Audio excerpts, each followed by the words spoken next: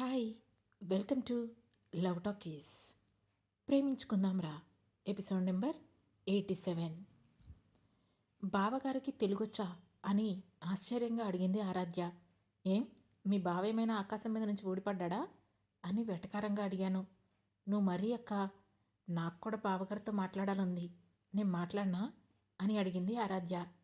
ఆయనతో నీకేం మాటలుంటాయే, ఏం మాట్లాడతావు అని అడిగాను నేను. ఇంకా ఏమీ అనుకోలేదు, ఏదో ఒకటి మాట్లాడతాను. చిన్నబావగారిలాగా సరదాగా మాట్లాడతారా అని అడిగింది ఆరాధ్య. నీకంత సరదాగా ఉంది కదా, నాకెందుకు, పద తీసుకుని వెళ్తాను, నువ్వే మాట్లాడు అని చెప్పి దాని చెయ్యి పట్టుకొని లోపలికి తీసుకుని వెళ్ళబోతుంటే నన్ను ఆపి, అసలు ఆయనతో ఏమైనా మాట్లాడే హక్కు మనకుందా, నువ్వు లోపలికి పద, అక్కను వెళ్ళని అంటూ ఆరాధ్యను కూడా ఆపేసింది అమ్మ. నువ్వు ఊరుకో అమ్మా, ఆయన ఏమైనా దేవుడా ఏంటి, మాట్లాడడానికి కూడా, అసలు ఇలా చేసే ఇన్ని రోజులు వీళ్లకు మీకు బాండింగ్ లేకుండా చేశాను, ఇప్పుడే మాట్లాడిస్తాను చూడు అని మా రూంలోకి ఆరాధ్యను లాక్కొని వెళ్ళాను. డోర్ తీసుకుని లోపలికి ఆవేశంగా వస్తున్న నన్ను చూసి ఏంటి అన్నట్లు కళ్ళెగరేశాడు మైకేల్. మాటలు కట్. ఏమీ లేదన్నట్టు తలూపి వెనక్కి తిరిగి ఆరాధ్య వైపు చూశాను. నువ్వే ఇంత భయపడితే ఇక నేనేం మాట్లాడతానులే గాని పదక్క అని మెల్లగా అంది ఆరాధ్య. నువ్వు పద, నేను 2 మినిట్స్లో వస్తాను అని దాన్ని పంపించి మైకేల్ వైపు కోపంగా చూశాను. ఫోన్ పక్కన పెట్టి ముఖం చిట్లించాడు మైకేల్. ఇప్పుడు అంత సీరియస్గా ఉండడం దేనికి, మా చెల్లి మీతో మాట్లాడాలని వస్తే అలా ఉండొచ్చా అని అసహనంగా అడిగాను. నాతో మాట్లాడాలా, ఏం మాట్లాడాలి అని అడిగాడు మైకేల్. ఎందుకు మాట్లాడకూడదు, అక్క బావ అనే రిలేషన్స్ ఉంటాయిగా, నేను జోసెఫ్తో మాట్లాడట్లే అని అడిగాను. సింకు లేకుండా మాట్లాడుకు అని అన్నాడు మైకేల్. అయినా అసలు మీరేం చేస్తున్నారో అర్థమవుతుందా, అమ్మ దగ్గర ఆద్య గురించి అలా ఎందుకు మాట్లాడారు అని అడిగాను. నువ్వేం చేస్తున్నావో నీకు అర్థం కావడం లేదు శ్రీనిధి, రేపనే రోజు ఆవిడకు నిజం తెలిస్తే ఆఖరి చూపు కూడా దొరకదు, mind your thoughts and works అని సీరియస్గా చెప్పాడు మైకేల్. అమ్మ తట్టుకోలేదు మైకేల్ అని ఏడుస్తూ బేలగా చెప్పాను. నిజం ఎప్పుడైనా ఒక్కసారి చెప్తే సరిపోతుంది, అదే అబద్ధమైతే మాటి మాటికి ఎదుటి వాళ్ళు నిజమని నమ్మేంతవరకు చెబుతూనే ఉండాలి. ఆ ప్రాసెస్లో మనమే అసలు నిజం మర్చిపోయి అబద్ధమైపోతాం శ్రీ అని నా కన్నీళ్లు తుడుస్తూ చెప్పాడు మైకేల్. దాంతో తనను హత్తుకొని, నీ పెంపకం ఇలా అయిందా అమ్మా అని నేను ఎలా చెప్పను, నాకు మా అమ్మని చూస్తుంటే జాలేస్తుంది, అమాయకురాలుతాను అని అన్నాను. అవన్నీ చెప్పాల్సిన అవసరం లేదు, యాక్సిడెంట్ కేసులాగా ఫ్యాబ్రికేట్ చేయిద్దాం, తన బాడీ దొరుకుతుంది, ఆవిడకి నిజం తెలుస్తుంది అని నా తల మీద ముద్దు పెట్టి, ముఖేష్ మళ్ళీ హైదరాబాద్ సైడ్ ట్రేస్ అవుతున్నాడు, యూ బీ కేర్ఫుల్ అని అన్నాడు. అని కళ్ళు తుడుచుకొని రూమ్ నుండి బయటికి వచ్చేశాను. ఇక ఆ రాత్రంతా ఆద్య గురించి అమ్మకు ఎలా చెప్పాలి అని ఆలోచిస్తూనే నిద్రకు దూరమయ్యాను. పొద్దునెప్పుడో నిద్రలోకి జారుకున్నాను. దాంతో లేటుగా నిద్రలేచి కాఫీ కప్పు పట్టుకొని గార్డెన్లో నడుస్తుంటే న్యూస్ పేపర్ చదువుతూ కనిపించింది అమ్మ. ఈ టైంలో పేపర్ ఏంటమ్మా, బ్రేక్ఫాస్ట్ అయిందా అని అడిగాను నేను. ఆరాధ్య బయటికి వెళ్ళింది, వస్తే కలిసి తిందామని ఆగాననిది అని చెప్పింది అమ్మ. అదెప్పుడు బయటికి వెళ్ళింది అని ఆశ్చర్యంగా అడిగాను. గంట అయ్యింది అని చెప్పింది అమ్మ. ఒకరితే వెళ్ళిందా అని అడిగాను. లేదు, నేహాని కూడా తీసుకెళ్ళినట్లుంది అని చెప్పింది అమ్మ. వాట్, నేహాన్ని తీసుకెళ్ళడం ఏంటి, ఎవరికైనా చెప్పిందా అని నేను కంగారు పడుతూ అడిగాను. దానికి బయట అయ్యిందే, ప్యాడ్స్ కొనుక్కోవడానికి వెళ్ళింది, అప్పటికే అందరూ ఆఫీస్కి వెళ్ళిపోయారు, ఇక నేహ తనతో వస్తానని అడిగితే దాన్ని తీసుకుని వెళ్ళింది అని చెప్పింది అమ్మ. అలా ఎలా తీసుకుని వెళ్తుందమ్మా, ఒక్క మాటైనా ఎవరితో ఒకరితో చెప్పాలి కదా అని కంగారుగా అంటూనే ఫోన్ తీసి అశ్విన్కి కాల్ చేశాను. హా మ్యామ్ చెప్పండి అన్నాడు అశ్విన్. ఆరాధ్య నేహ బయటికి వెళ్ళారు, 1 అవర్ దాటింది, ఇంకా రాలేదు, తన వెనక సెక్యూరిటీ ఎవరైనా వెళ్ళారా అని అడిగాను నేను. ఫరీద్ అండ్ టీం వెళ్ళారు అని ఇందాకే ఇంటిమేట్ చేశాడు madam, I will cross check with him అని చెప్పి కాల్ కట్ చేశాడు అశ్విన్. ఆ తర్వాత మళ్ళీ అతను కాల్ చేసే వరకు నేను టెన్షన్గా అటు ఇటు తిరుగుతూనే ఉన్నాను. ఒక్క నిమిషంలో మళ్ళీ అటువైపు నుండి కాల్ రావడంతో టక్కున కాల్ లిఫ్ట్ చేశాను. ఫరీద్ కాల్ లిఫ్ట్ చేయట్లేదు మేడం, తన దగ్గర ఉండే డివైస్ కనెక్ట్ కూడా అవ్వడం లేదు, ఒకసారి మీరు ఆరాధ్య గారికి రీచ్ అవ్వడానికి ట్రై చేస్తారా అని అడిగాడు అశ్విన్. ఆరాధ్యకు కూడా కాల్ చేశాను, కానీ ఆ కాల్ విఫలమే అయ్యింది.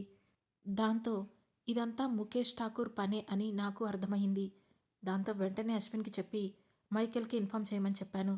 తెలుసు వాళ్ళంతా సీరియస్ మీటింగ్లో ఉంటారని. గవర్నమెంట్ సబ్సిడీతో ప్రాజెక్ట్ లాంచ్ చేయాలంటే దానికి చాలా work force, man power, monetary funds ఉండాలని కూడా తెలుసు. కానీ కూతురు కంటే అవన్నీ ఎక్కువని మైకేల్ అనుకుంటాడని నేను అనుకోవడం లేదు. జై ఇంట్లోనే ఉన్నాడు. నువ్వు డోర్ తీయకు, బయటికి రాకు. పరిస్థితి బాలేదమ్మా, ప్లీజ్ అని మా అమ్మతో చెప్పి లోపలికి వెళ్ళి జడను ముడిపెట్టేసుకొని కార్ కేస్ తీసుకొని ఆరాధ్యను వెతకడానికి బయటికి వచ్చాను. నా వెనకే 2 కార్లతో సెక్యూరిటీ ఫాలో అవుతుంటే అందరం కలిసి రోడ్ల మీద వాళ్ళు ఎక్కడైనా దొరక్కపోతారా అని తిరుగుతూ ఉండిపోయాం. 2 గంటలు తిరిగి తిరిగి అలసిపోయి కారు పక్కకు ఆపి ఎటు వెళ్ళి ఉండొచ్చని ఆలోచిస్తూ కూర్చున్నాను. ఇంతలో అశ్విన్ ఫోన్ చేశాడు. ఒక్క రింగుకే నేను లిఫ్ట్ చేయడం ఆలస్యం. షామీర్పేట వైపు ముఖేష్ ఠాకూర్ ఉన్నట్లు ఇన్ఫర్మేషన్ వచ్చింది మేడం. మేబీ ఆరాధ్య, నేహ కూడా అక్కడే ఉండొచ్చు అని చెప్పాడు అశ్విన్. దాంతో కారును షామీర్పేట వైపు తిప్పి నేను లేఅవుట్స్ దగ్గరకు చేరుకోగానే అటువైపు నుండి మైకేల్, జోసెఫ్, అశ్విన్ కూడా కార్లలో వస్తూ కనిపించారు. ఇంకాస్త ముందుకి లొకేషన్ చెక్ చేసి చెప్పాడు జోసెఫ్. అక్కడ చిన్న టెంపరీ టెంట్ లాంటిది కనిపించింది. దాంతో మమ్మల్ని అక్కడే ఆగమని గన్ లోడ్ చేసుకుంటూ లోపలికి వెళ్ళాడు అశ్విన్. తన వెనకే మేం కూడా 3 అడుగుల దూరంలో ఉంటే లోపల ఇన్సులిన్ వేసుకుంటూ కనిపించాడు ముఖేష్. తనని చూడగానే నాకు ఆవేశం ఆగలేదు. దాంతో ముందుకు పరిగెత్తాలని పరిగెత్తబోతూ ఉంటే మమ్మల్ని నాకంటే ముందే చూసి తన వెనకే ఉన్న నేహా బుర్ర మీద గన్ ఏం చేశాడు Mukesh. Don't you dare Mukesh అని అరిచాను నేను. నేహా, ఆరాధ్య అక్కడ బిక్క చచ్చిపోయి చూస్తున్నారు. ముఖేష్తో ఉన్న మనుషులు ముఖేష్ను షూట్ చేయబోతున్న అశ్విన్ని లాగి పక్కన పడేసి మోకాళ్ళ మీద కూర్చోబెట్టేశారు.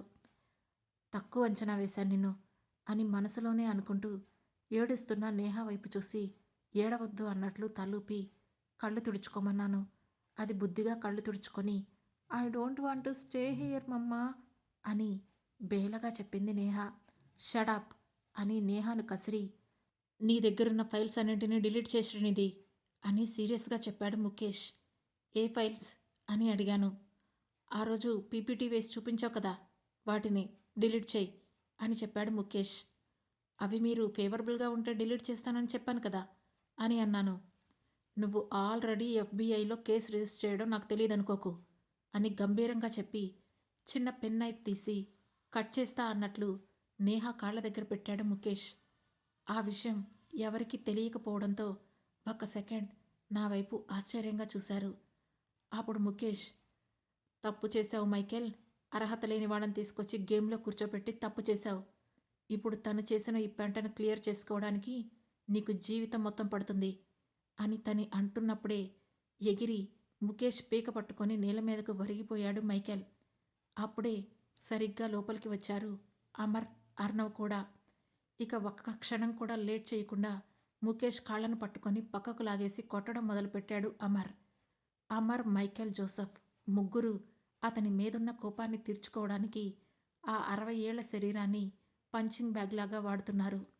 సెక్యూరిటీ వాళ్ళందరినీ అప్పటికే అక్కడి నుంచి పంపించేశాడు అర్ణవ్. వాళ్లను అడ్డుకోవడానికి నేను వెళ్ళబోతుంటే వెనక నుండి నా చేతిని పట్టుకొని లాగి ఆపేశాడు అర్ణవ్. ఆపకపోతే చంపేస్తారు అర్ణవ్ వాళ్ళు అని కంగారుగా అన్నాను. ఆ పని నేను ఎలాగూ చేయలేను, వాళ్ళనైనా చేయనివ్వు అని నేహను, ఆరాధ్యను కట్టేసిన ఇనుప లింక్స్ను ఓపెన్ చేసి వెళ్ళి కారులో కూర్చోండి అని చెప్పి బయటకు పంపించేశాడు. నీకోసమే నేను ఇదంతా చేస్తే నన్ను చంపేయమంటావా? You foolish brought. నీ జీవితంలో డెవలప్మెంట్ అనేదే లేదింకా. నేనే లేకపోతే నిన్ను రోడ్డు మీదకు లాగేస్తారా వీళ్ళు? యూ బ్రెయిన్లెస్ ఇడియట్ అని తిడుతూనే మైకేల్ చేతుల నుండి తప్పించుకోవడానికి ఆపసోపాలు పడుతున్నాడు Mukesh. I would be happy, ఏమీ చేతకాని వాడిలా ఉండడమే బెటరేమో, ఇలా చెల్లెల్ని రేప్ చేసిన తండ్రికి సేవ చేసే బదులుగా అని బాధగా అన్నాడు అర్ణవ్. దాంతో ముఖేష్ కోపంగా, సి ఫిజికల్ రిలేషన్షిప్ అనేది ఒక మేల్ అండ్ ఫీమేల్ ఎవరి మధ్య అయినా ఉండొచ్చు. దానిలోకి రిలేషన్స్ని ఇంక్లూడ్ చేసేది నీలాంటి బ్రెయిన్లెస్ పీపుల్ మాత్రమే. నీకు కావాలంటే నువ్వు ఒక నైట్ స్పెండ్ చేస్తే అయిపోయేదానికి నీకెందుకు ఎంత పట్టింపు అని అతను అంటూ ఉండగానే అతని చెంపపై బలంగా ఒకటి పీకి I can't tolerate him anymore అంటూ గన్ తీశాడు అమర్.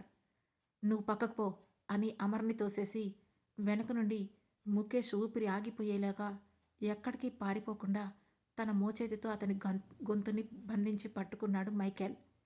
ఇక ఆల్మోస్ట్ అతని ఊపిరి ఆగిపోయిందనే క్షణంలో రివర్స్ చేసి షర్టు మీద నుండే పెన్ నైఫ్తో కట్ చేస్తుంటే ఆ నొప్పికి తట్టుకోలేక అరుపులు మొదలుపెట్టాడు ముఖేష్. అప్పుడు నా వైపు చూసి, నువ్వెప్పుడైనా యాక్సిడెంట్ జరగడం లైవ్లో చూసావా శ్రీ అని మృదువుగా మైకేల్ అడిగాడు. ఒకవైపు అంత అరాచకం చేస్తూనే నాతో మృదువుగా మాట్లాడుతుంటే నాకు గుండె ఆగినంత పనైంది. ఊహు అంటూ బెదురుగా తలూపాను. అప్పటికే అతని రక్తం చెమ్మడం చూసి నాకు కడుపు తిప్పేస్తుంది. నేహాని కట్టేసిన ఇనుప రోప్స్తో అతని చేతుల్ని కట్టేసి రా చూపిస్తా అంటూ ముఖేష్ని లాక్కెళ్ళి డ్రైవింగ్ సీట్లో కూర్చున్నాడు మైకేల్. కారెక్కకుండా నేను రాను అన్నట్లు తలూపుతుంటే ఒక చేత్తో నన్ను లోపలికి లాగి ఇద్దరికీ కలిపి సీట్ బెల్ట్ పెట్టి డ్రైవ్ చేసేయ్ అన్నాడు సీరియస్గా. వద్దు అని తలూపాను నేను. దాంతో ఇంకాస్త బలంగా నా చేతుల్ని లాగి ఒక చెయ్యి స్టీరింగ్ చుట్టూ బిగించి పట్టుకొని ఇంకొక చేత్తో గేర్ రాట్ అడ్జస్ట్ చేసి బలవంతంగా కార్ స్టార్ట్ చేయిస్తుంటే నొప్పొస్తుందేమో, మరీ క్రూయల్గా అయిపోతున్నట్లు అనిపించడం లేదు. వదిలేయచ్చు కదా, జైల్లో ఉంటే మనకే మడ్డొస్తాడు, ప్లీజ్ అని భయంగా అన్నాను. నీ కంటిలో నీరు ఎవరి వల్ల వచ్చినా సరే వాడు బ్రతకడు, ఇది నీకు ఆల్రెడీ చెప్పాను అన్నాడు మైకేల్. నేనిప్పుడు మీ వల్లే ఏడుస్తున్నాను అని చెప్పాను. ఆ రూల్ నాకు వర్తించదు. ఆ నెక్స్ట్ వాళ్ళని చంపాలంటే నేనుండాలి కదా అని సైడ్ స్మైల్ ఇచ్చి ముఖేష్ని తార్ రోడ్డు మీద విసిరిపడేసి తన మీదనే ఒక రౌండ్ వేశాడు. సారీ, నా చేత కూడా వేయించాడు మైకేల్. ఇంతలో అమర్ విజిల్ వేశాడు. దాంతో అమర్ వైపు కోపంగా చూస్తూ వెంటనే కారు దిగి బయటికి వెళుతుంటే, ఇంకా ప్రాణాలతోనే ఉన్నాడు కదా, ఇప్పుడు పట్టుకొని వెళ్ళండి పోలీస్ స్టేషన్కి, హిట్ అండ్ రన్ అని చెప్పి అని అమర్తో చెప్పి అక్కడి నుండి నాతో పాటే బయటికి వచ్చి నుంచున్నాడు మైకేల్. నేహ భయపడుతుంటే తన వీపు మీద చెయ్యేసి చిన్నగా బుజ్జగిస్తూ ఉంది ఆరాధ్య. అప్పుడే మైకేల్ని చూసిన నేహ పరిగెత్తుకుంటూ వచ్చి మైకేల్ భుజం ఎక్కి లోపల నుండి సౌండ్స్ ఏంటి డాడీ అని అడిగింది నేహ. అంకుల్కి మనుషులంటే రెస్పెక్ట్ లేకపోతే గాడ్కి కోపం వచ్చింది అన్నాడు మైకేల్. మనుషులంటే రెస్పెక్ట్ లేకపోతే గాడ్కి ఎందుకు కోపం వస్తుంది అని అర్థం కానట్లుగా అడిగింది నేహ. మమ్మ నీకు లార్డ్ శ్రీకృష్ణ స్టోరీ చెప్పిందా అని అడిగాడు మైకేల్.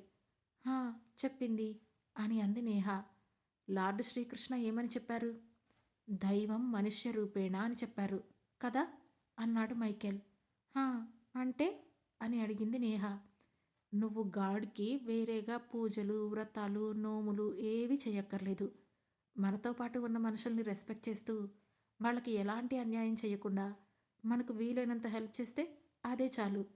నేను మనుషుల రూపంలోనే నీ చుట్టూ తిరుగుతూ ఉంటాను అని దేవుడు చెప్పాడు, ఇదే దాని అర్థం అని చెప్పి నేహ తల మీద ముద్దు పెట్టాడు మైకేల్. ఆ తర్వాత మీరింకింటికి వెళ్ళండి, వి విల్ జాయిన్ యూ అని కీస్ నా చేతిలో పెట్టాడు. ఆ కీసు వైపు చూస్తూ అశ్విన్ అని పిలిచాను. జీ మ్యామ్ అంటూ వచ్చాడు అశ్విన్. వీళ్ళిద్దరిని ఇంట్లో డ్రాప్ చేసి మీరు రెస్ట్ తీసుకోండి, ఫరీద్ అండ్ టీం ఎక్కడున్నారో చూసి మేము రిటర్న్ అవుతాం అని కీస్ తన చేతిలో పెట్టాను. I will wait for you mama, bye అని చేతులూపుతూ చెప్పింది నేహ. బాయ్, నేను వచ్చేటప్పుడు నీకు వేడివేడిగా పావుబాజీ తీసుకొస్తాను. జే అన్నకి ఏం కావాలో అడిగి నాకు కాల్ చెయ్యి అని తన తలని మురుతూ చెప్పాను. ఓకే అని హుషారుగా చెప్పింది నేహ. టేక్ కేర్ ఆరు, బాయ్ అని చెప్పేసి మైకేల్ని పట్టించుకోకుండా వెళ్ళి నేను జోసఫ్ పక్కన నుంచున్నాను. అప్పుడు అర్ణవ్ మైకేల్ నుంచున్న వైపుకు వెళుతుంటే నేను కళ్ళప్పగించి చూస్తూ ఒకరి మొక్కలొకరు చూసుకున్నాం జోసఫ్ నేను. వెళ్దామా అన్నాను. వాళ్ళ మాటలు మనమేం వింటాంలే అన్నాడు జోసఫ్. నువ్వు వినకు, నేను వింటాను అని పరిగెత్తుకుంటూ వెళ్ళి వాళ్లకు 3 అడుగుల దూరంలో వెనక్కి నుంచున్నాను. 2 నిమిషాలకి నా పక్కనే వచ్చి నుంచున్నాడు జోసఫ్. ప్రైవసీ అన్నావు కదా అని అడిగాను. జస్ట్ ఫార్మాలిటీగా, నువ్వే వింటున్నప్పుడు నాకెందుకు మొహమాటం వదినమ్మా అంటూ వెకిలి నవ్వు నవ్వాడు జోసఫ్. ష్, వినిపిస్తాయి అని నెమ్మదిగా చెప్పి వాళ్ళిద్దరి వైపు చూస్తూ ఉన్నాం. ఏమీ మాట్లాడుకోవడం లేదేంటి అని నేను జోసఫ్ అనుకుంటూ ఉండగానే సిగరెట్ తీసి తనొకటి నోట్లో పెట్టుకొని ఇంకొకటి మైకేల్ వైపు పెట్టాడు అర్ణవ్. క్యాన్సర్ వచ్చి పోతావు, వేరే వైపుకి చూస్తూ చెప్పాడు మైకేల్. 7 ఏళ్ళు నువ్వు కాల్చావుగా అంతే పొగరుగా అన్నాడు అర్ణవ్. వీళ్ళేంటి అసలు వాళ్ళ మధ్య గొడవలే లేనట్టు మాట్లాడుకుంటున్నారు అనుకుంటూ అర్థం కాక జోసఫ్ వైపు చూస్తూ అడిగాను. 7 ఏళ్లుగా నువ్వు తాగావుగా అంతే పొగరుగా అన్నాడు అర్ణవ్. పోకముందే ఆపేశాగా అన్నాడు మైకేల్. నేను ఆపుతాలే నీలో పెళ్ళైతే అన్నాడు అర్ణవ్. నిన్నెవరు పెళ్లి చేసుకుంటారు అని వెటకారంగా అన్నాడు మైకేల్. నిన్ను చేసుకుంది కదా ఒక అమాయకురాలు, అలాంటి వాళ్ళే చేసుకుంటారు అని చెప్పాడు అర్ణవ్. మధ్యలో వీళ్ళు నన్నెందుకు ఇంక్లూడ్ చేస్తున్నారు అని ఉక్రేషంగా అడిగాను. సరదా ఎక్కువై అని వెటకారంగా చెప్పాడు జోసఫ్. నువ్వు నోర్మై అని కోపంగా అన్నాను. ఇంతలో శ్రీ అని బేస్ వాయిస్లో పిలిచాడు మైకేల్. సరే నేనేం మాట్లాడనులండి, ఫరీద్ వాళ్ళు కనిపించడం లేదు, కొంచెం వాళ్ళని వెతికి పెడతారా అని అడిగాను. వాళ్ళు ఇక్కడ లేరు, ఇందాకే వాళ్ళని రెస్క్యూ చేసి హాస్పిటల్లో అడ్మిట్ చేశాం అని చెప్పాడు అర్ణవ్. ఓ ఓకే అయితే యూ క్యారీ ఆన్, ఇక నాకు పనుంది అని చెప్పి అక్కడి నుంచి వెళ్ళబోతుంటే నన్ను చెయ్యి పట్టుకుని లాగి వాళ్ళిద్దరి మధ్య నుంచోపెట్టి జోసఫ్ అని పిలిచాడు మైకేల్. వెంటనే జోసఫ్ కూడా వచ్చి మైకేల్ పక్కన నుంచున్నాడు. దాంతో నేను మైకేల్ వైపు చిరాగ్గా చూస్తూ, ఇప్పుడు మాకేంటి ఈ బరువు మోసే కార్యక్రమం అంటూ తన చేతిని నా భుజం మీద నుండి తీసేస్తూ అడిగాను. వెంటనే నా నడుం చుట్టూ చెయ్యి వేసి నన్ను దగ్గరగా లాగాడు మైకేల్. ఇక్కడ 2 పెళ్లి కాని వాళ్ళు ఉన్నారు అన్నాడు అర్ణవ్. మీకు పెళ్లి మాత్రమే కాలేదు అన్నాడు మైకేల్. అంటే అన్నకి గర్ల్ ఫ్రెండ్ ఉందా అన్నయ్య అని షాక్ అవుతూ అడిగాడు జోసఫ్. ఉండేది, ఇప్పుడు బ్రేకప్ అయినట్లుంది అన్నాడు మైకేల్.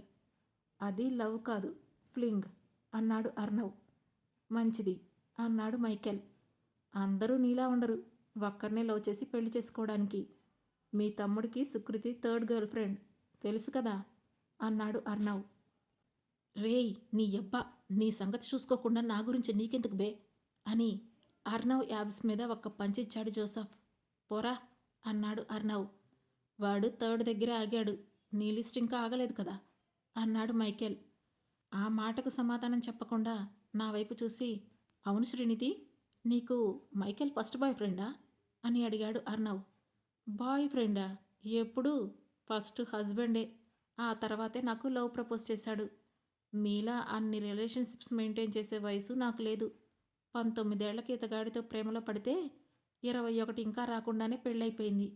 ఇప్పుడు 25, 3 పిల్లలు అన్నాను నేను. టిపికల్ ఆంటీలా మాట్లాడుతున్నావు అన్నాడు జోసఫ్. సుకృతి కంటే కూడా నేను చిన్నదాన్ని తెలుసా అని అన్నాను. వయసులో ఏముంది వదినమ్మా, హోదా ముఖ్యం, అందులో నువ్వే టాప్ అన్నాడు జోసఫ్. ఏడ్చినట్లే ఉంది అన్నాను. పర్లేదులే అన్నాడు జోసఫ్. ఇంత కామెడీ మధ్యలో సారీ మైకేల్ అని సడన్గా చెప్పాడు అర్ణవ్. ఫ్రెండ్స్ని ద్వేషించడం నీకొచ్చినంత ఈజీగా మా అన్నకు రాదులే అని అన్నాడు జోసఫ్. ష్ అని తన చేతి మీద చిన్నగా కొట్టాను. నీ ఇంటెన్షన్స్ తెలియని వాళ్ళకి నీ సారీ కావాలేమో, నాకక్కర్లేదు అన్నాడు మైకేల్. ఇంతలో శ్రీనిధి, ఈ టైంలో అడగొచ్చో లేదో తెలీదు, మా వల్ల మీ ఫ్యామిలీ చాలా నష్టపోయింది. ఫస్ట్ మీ నాన్నగారు, తర్వాత మీ చెల్లి, ఒక రకంగా మా వల్లే చనిపోయారేమో. నేను అది ఏ విధంగానూ కాంపెన్సేట్ చేయలేను. బట్ మీ చెల్లికి మీ ఫ్యామిలీలో అందరికి ఇష్టమైతే ఆరాధ్యను నేను పెళ్లి చేసుకుంటాను అని అన్నాడు అర్ణవ్. ఇది కరెక్ట్ టైం కాదు. ఎట్ ది సేమ్ టైం తనకి మీకు ఇష్టమైతే నేను ఆపను. జాలి కరుణ చూపించి ఎవరిని ఉద్ధరించాలని మాత్రం పెళ్లి చేసుకుంటానని అనొద్దు, అది నాకు నచ్చదు అని ముఖం మీద చెప్పేశాను. మైకేల్ పెళ్ళామంటే మైకేల్లో సగం అనుకున్నావా? డబుల్ హైట్ మాత్రమే పొట్టి. ఈ సమాధానాలు చూసావు కదా అన్నాడు జోసఫ్. చాలే అని తనతో అని, ఇక మీ ఇద్దరు ఏదో ఒకటి చేసుకోండి, మా ఆయన్ని వదిలేస్తే తను నన్ను బయటికి తీసుకుని వెళ్తాడు అని మైకేల్ని లాక్కొని వచ్చాను.